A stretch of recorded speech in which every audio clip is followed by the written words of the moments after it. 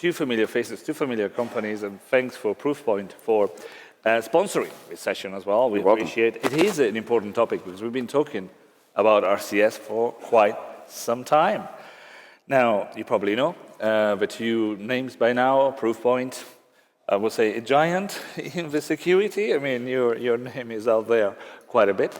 AegisMobile, don't know if I could use the word giant yet, but definitely one of the most talked about company within the security area. So your visibility speaks volumes about what you do. You're very kind.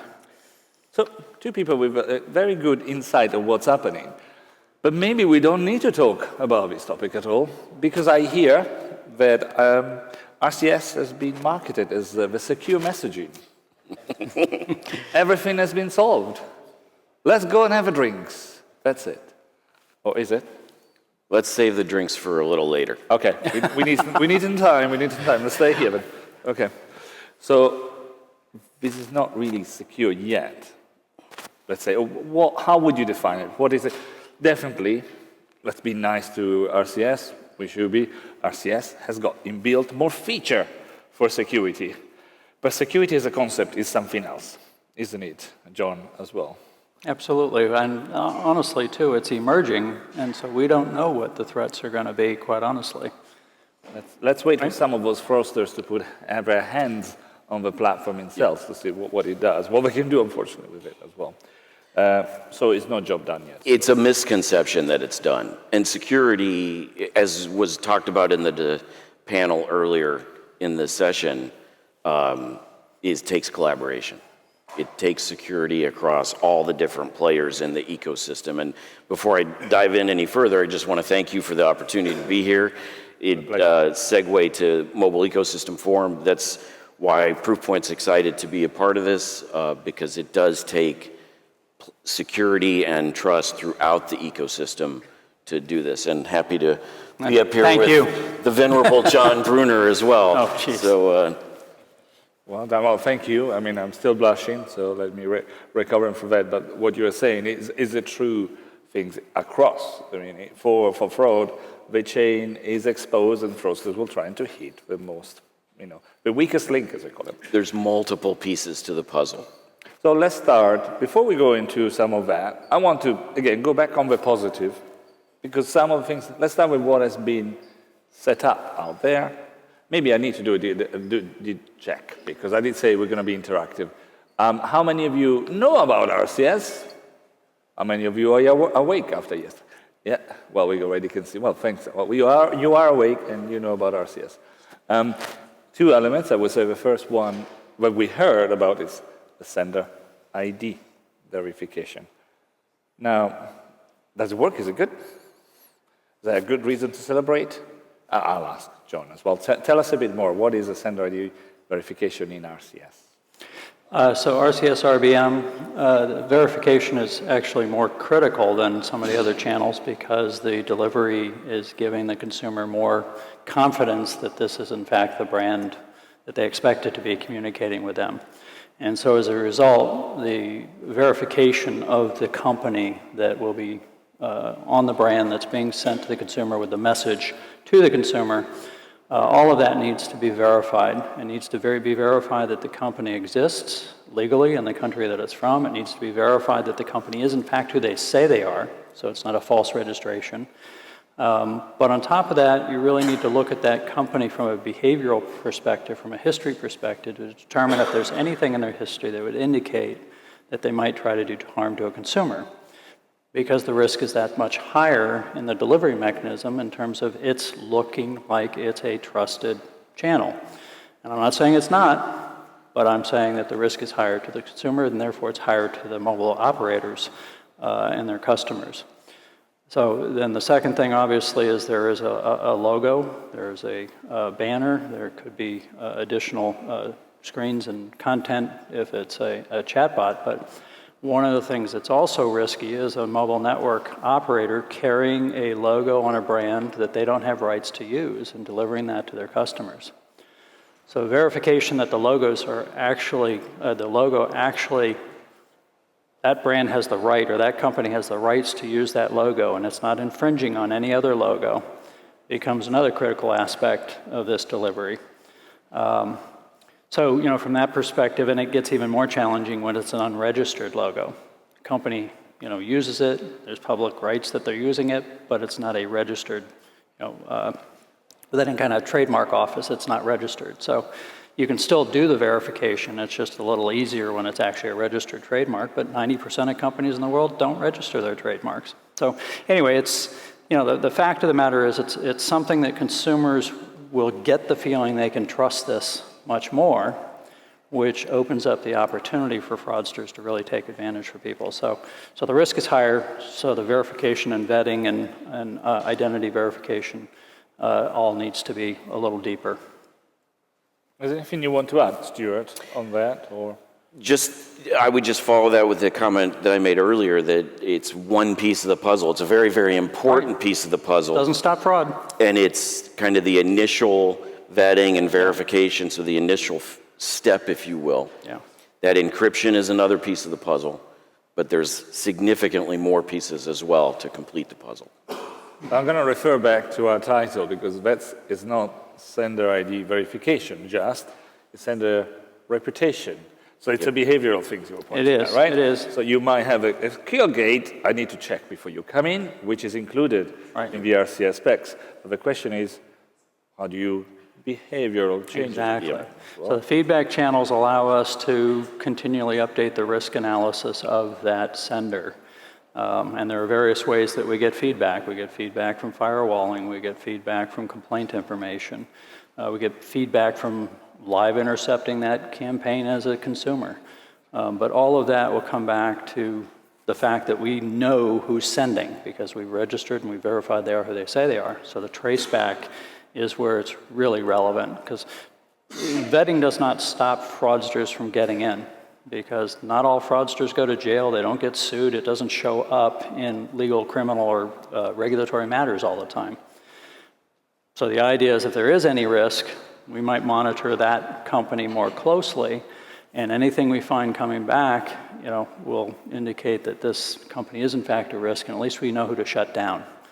Or it could be someone within the chain of the traffic, quite honestly, because if it's going through sub-aggregators up through ISPs to a CSP to a DCA, et cetera, vetting collects that information too.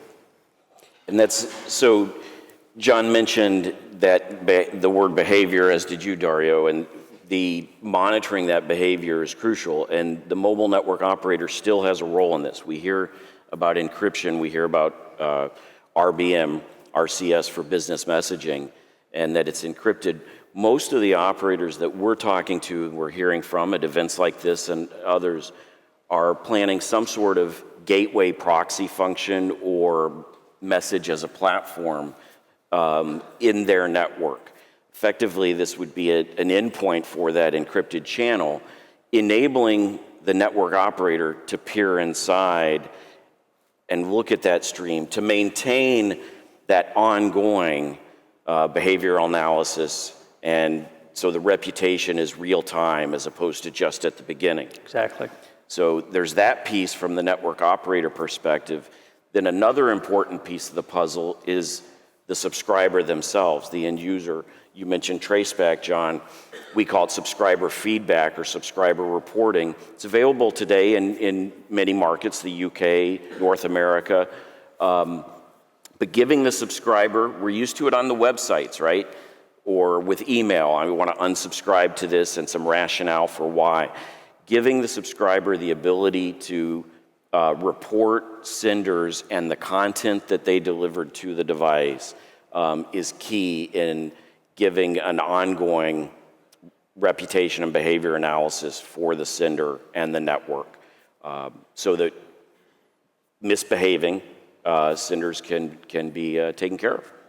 Yeah, as a vetting authority, we vet millions of companies, but we put risk scores on every one of them.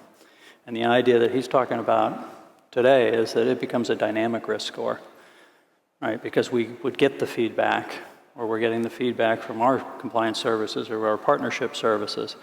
And so the idea is that as soon as a company starts looking bad, we know who they are, right? So it's a much more dynamic process, and it has to be, quite frankly, to avoid fraud. So let's step back for a second, because you're saying a lot of interesting things. The first message we heard is there is still some work to understand what's going to happen. But there are some elements you can already see working together almost. Yes. Right? So I don't know if it's a quadrant, a circle, but it's a feedback loop. Help me out. What are these elements? What should we focus ourselves to look at in RCS, security, in RBM? So one of the key things I mentioned, being able to peer inside that within the network. John mentions at the onset that we don't know, we're going to see where this goes and where the fraud exists. Providing the operator with the ability to peer inside, but then analyze what's happening, forensics tools and so forth, what we call business message management. So truly analyzing, doing forensics on that message stream. So whatever the fraudsters identify in the future, or actions they might take, because it is going to evolve and change. We can't predict everything. But having that visibility and the forensics tools is key. Subscriber reporting, again, regardless of how it evolves, giving the subscriber the ability to provide feedback, provide complaints into the network is key to help manage that and update those ongoing dynamic vetting scores. Exactly. And it's interesting because over the last 18 years, we've actually provided compliance services to many telecom channels. Location services, the identity APIs that Shush and my friend Eddie was up here talking about, premium SMS, direct carrier billing, and the same model has always allowed us to be successful, and that really is the full life cycle approach, right? Who's going to be engaging my customers? What are they going to be engaging them with? What's the methodology? What's the campaign type? What is it? Some sort of market analysis and monitoring as secret shoppers, if you will, to ensure that nothing's changed from what was approved to be on board, and some sort of feedback, whether it's transactions of direct carrier billing purchases from the carrier's sales, customer complaint data, refund data. In messaging today, we have the Apple and Google swipe right, report junk. That feeds your models, that feeds models for us as well. And so the idea is that we're kind of taking this full life cycle approach, but we started by verifying who the heck is sending this thing and what are all of the players in the chain that are bringing this brand to the market. And then we've got all this data that we can just tie right back to them. And it's continually been successful, and we've saved carriers in the past many, many millions of dollars in fines and refund requirements and things like that by providing these compliance services. But what I'm saying is it seems like they've been consistent no matter what the channel is, so I feel very confident that they will be successful in RBM and RCS as this channel grows. Yep.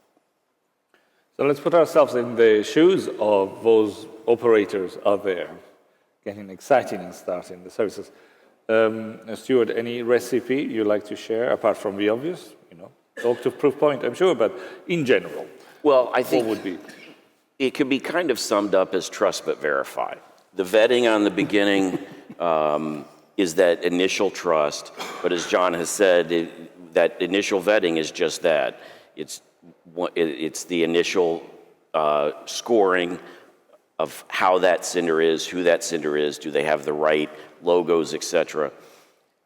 We got to verify that they behave the way they're supposed to behave, in the ways that they said they would behave, if you will. So for the mobile network operator, again, that visibility, and we have a platform, the business message management platform, as I said, to give them forensics to maintain that.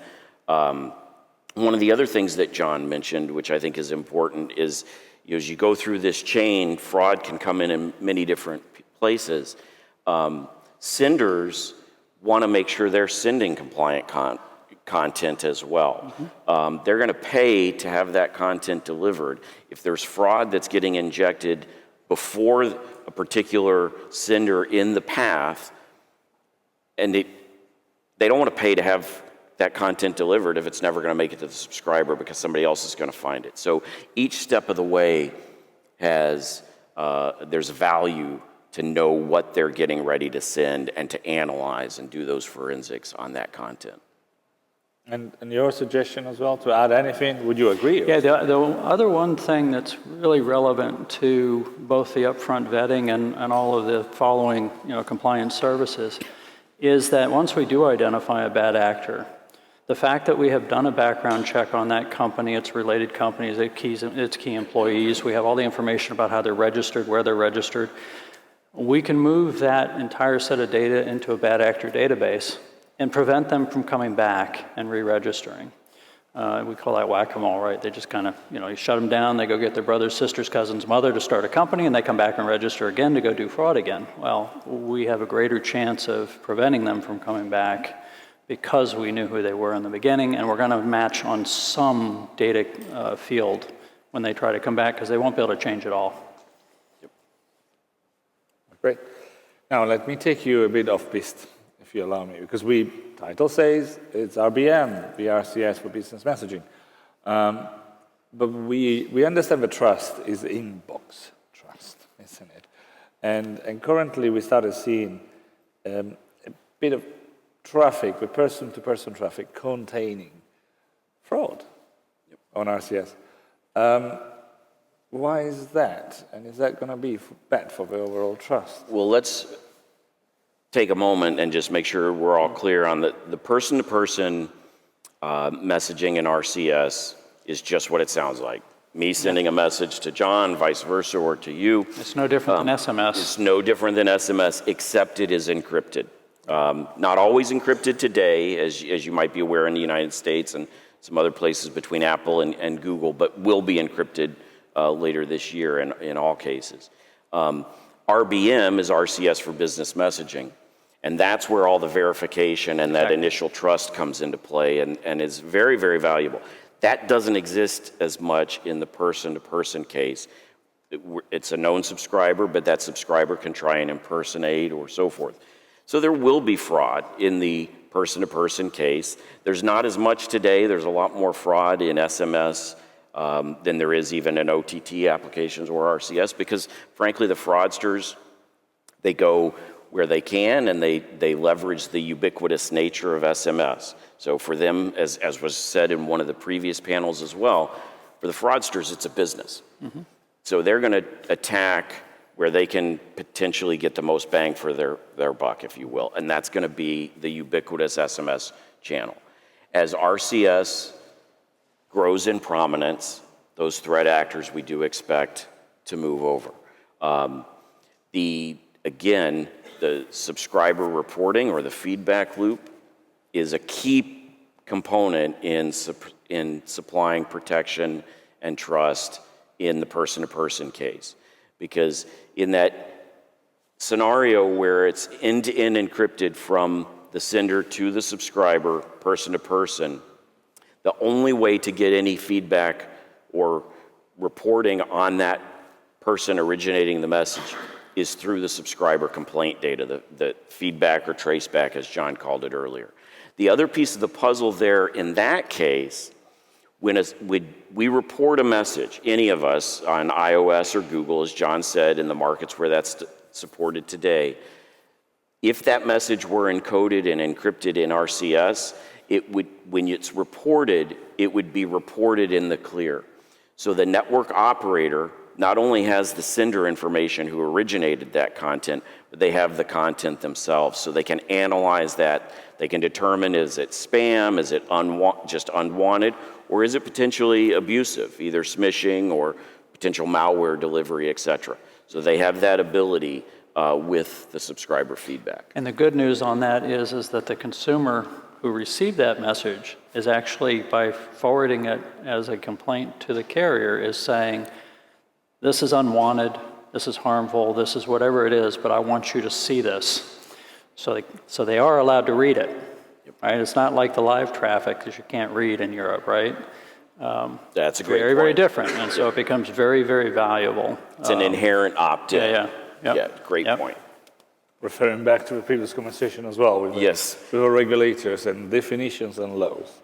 So where does it leave? And we're still talking about operators every now. Where does it leave an operator right now? What's their role? Because this is a more complicated delivery system.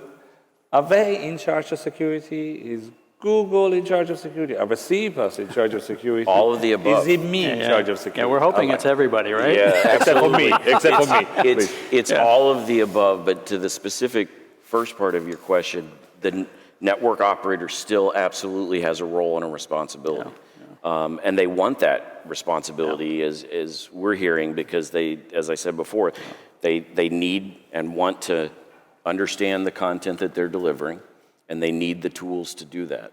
Who's the subscriber going to call when there's a bad message coming at them from RCS?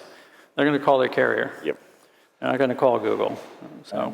And back to the first presentation, who's the regulator going to call? That's when people are receiving complaints. Sometimes the regulator is going to call everybody.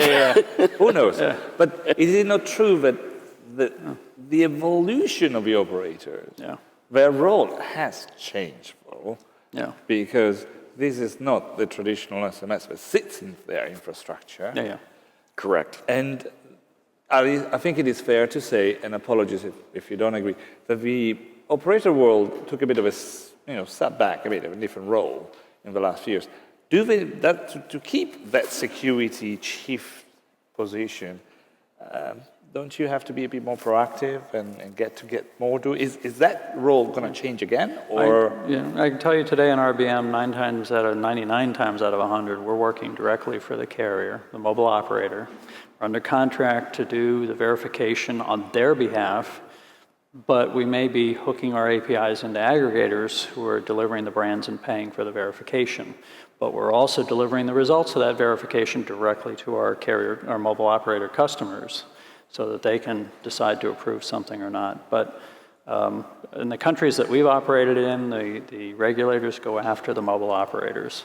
And it's because those are the big companies that everybody knows. And so just the way it is. So typically we are designed to protect the mobile operators' subscribers.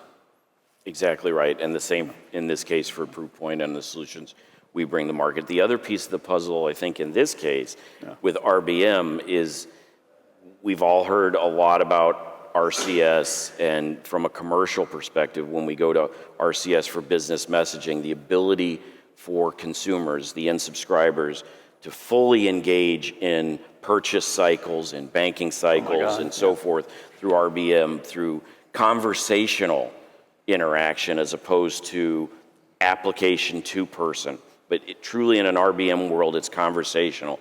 It's back and forth.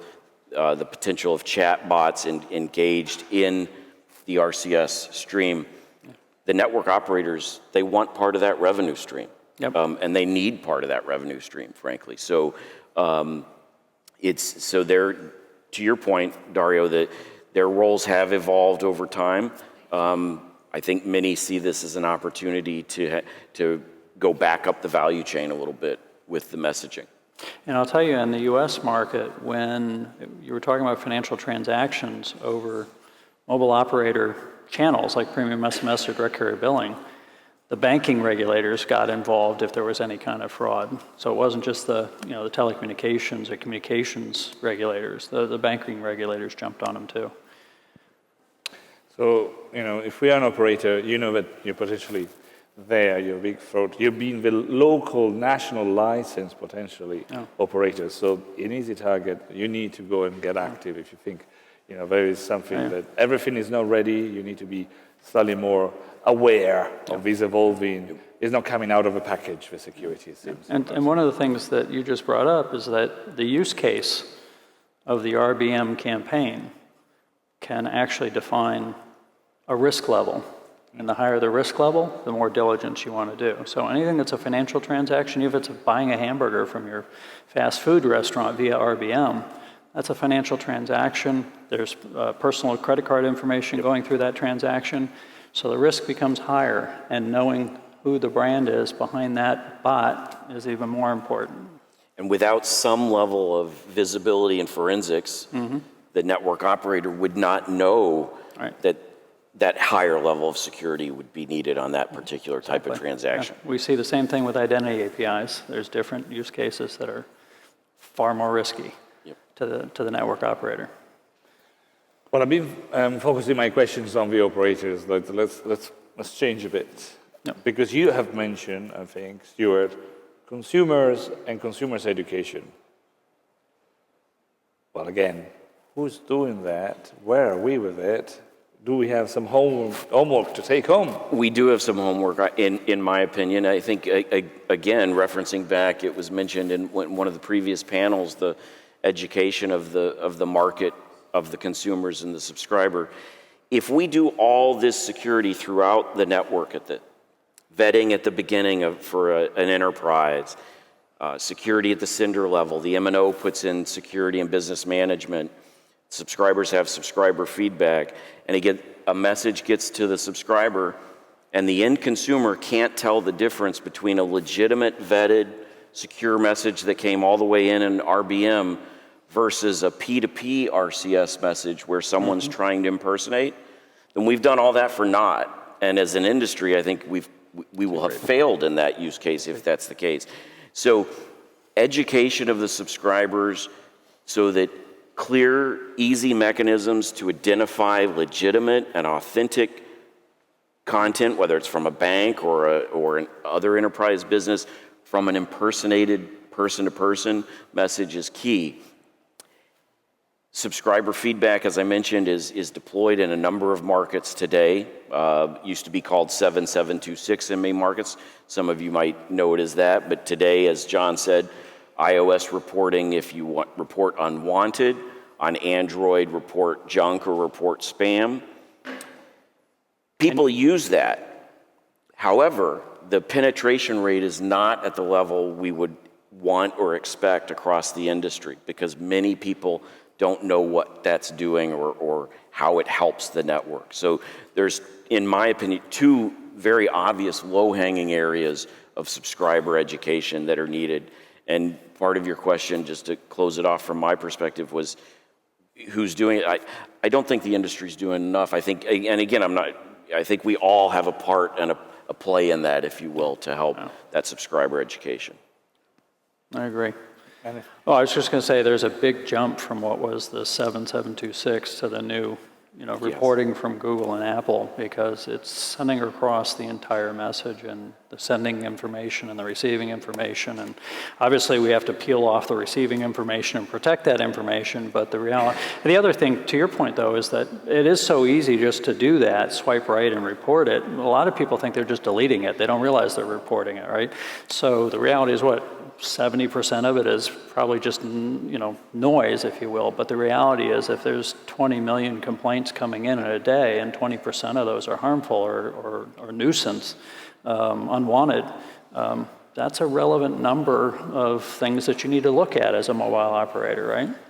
That's a really great point, John, which I wasn't planning to make here, but one of the first things that Proofpoint does with that complaint data on behalf of the operators is try and sift and sort that information between the unwanted annoyance. Yeah, says I don't like my girlfriend anymore. Yeah, they no longer want to date this person message versus the smishing in one category. Then we go through and analyze to put it in different types of smishing. Is it a delivery or a parcel type notification? We've seen those in the United States right now. We see toll booth texts are going crazy. Oh yeah, I got 3 of those yesterday. Yeah, and I'm here. Yeah, and you're here. It's well, they know you're traveling. Yeah. But and then in the mobile space, we're seeing more and more potential for malware delivery, where the link is to deliver an application to the device. So we, again, that's forensics data that we can feed back to not just the operator, but to companies like AegisMobile, so that behavior analysis, as you said, real time. Yeah, and one of the reasons we read the complaint data as well is since we registered the company that is going to be sending the messaging, we know the brand that should be on the message. And so if it's coming in as a complaint, we're able to identify, wait a minute, this isn't the company that's supposed to be sending from this number. So it's another check and balance, if you will, and of course we have, anyway, it's that feedback mechanism is critical, honestly. Let's talk about feedback. Yours. Have you got questions for these two speakers? Because I've been using all the time, but we will run over a bit. We do have questions. You're going to make me look bad because I haven't left any time for these. let's run over. TJ. Thank you. Hi, Name John Stewart. and, we know you, but Yeah. name and Gavin from MEF. In terms of maintaining trust, is it the RCS channel or the RBM channel that you think need maintaining most? Clearly, the RBM, from my perspective, needs it maintained most, because you have, with the RBM is where that vetting takes place. So you've got an initial score. If we didn't have any ongoing behavior, and you're better suited to answer this part, but if there wasn't any ongoing real-time feedback, it would just be the initial vetting score. Yeah. I think the big difference too between RBM and RCS, and correct me if I'm wrong, but I think there's a tick mark on an RBM branded message that says verified. And I'm not sure that can be spoofed on RCS. But like I said, that tick mark on there drives the trust of the consumer, because sometimes it's going to say the mobile operator's name that the phone's being delivered to and saying, been verified by your mobile operator, you can trust this. So from that perspective, like I said, it really opens up a lot of risk that they're going to engage that RBM. On the other hand, just one last comment on that, on the P2P side for RCS, that subscriber feedback, as we said earlier, is really a key component of monitoring the sending number, since that is an end-to-end encrypted transmission. And we'll see that on P2P coming in, right? So very briefly, next question. We have a few more, but hi, so my name is Ivan. Basically, given your talk about how RBM is this new channel in some countries, the need for it to be secure and encryption and all these other factors, I'm curious if you can talk a little more about sort of the shape of adoption of RBM and how the processes within these telecoms, as well as verification operators like you, how that sort of looks and works together in the timeline for that. It's going to vary a lot by region and operator. So A2P messaging in North America still has penetration rates that are lower than 30%, believe it or not. A2P, we get lots of A2P messages, but the majority of enterprise businesses don't yet know how to use A2P or don't leverage it for their campaigns. As we mentioned, one of the key value points for RBM is this notion that the business transactions can become conversational. So two-way, as opposed to just your flight information or a coupon from a seller in an A2P case, but really engaging with a chatbot.